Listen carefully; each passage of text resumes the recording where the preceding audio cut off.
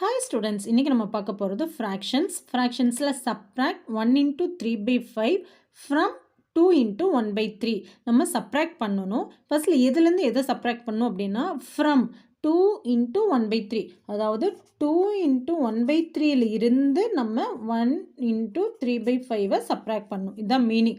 ஓகேங்களா? 1 into 3/5 from இதிலிருந்து subtract பண்ணுங்கன்னு சொல்லியிருக்காங்க. சரி, okay. 3 into 2 6, 6 plus 1 7/3 minus 1 into 5 5, 5 plus 3 8, 8/5. Cross multiple பண்ணுங்க. 35 plus into minus minus 3 into 8 24 divided by 3 into 5 15. So 35 இருந்து 24 subtract பண்ண என்ன கிடைக்குது?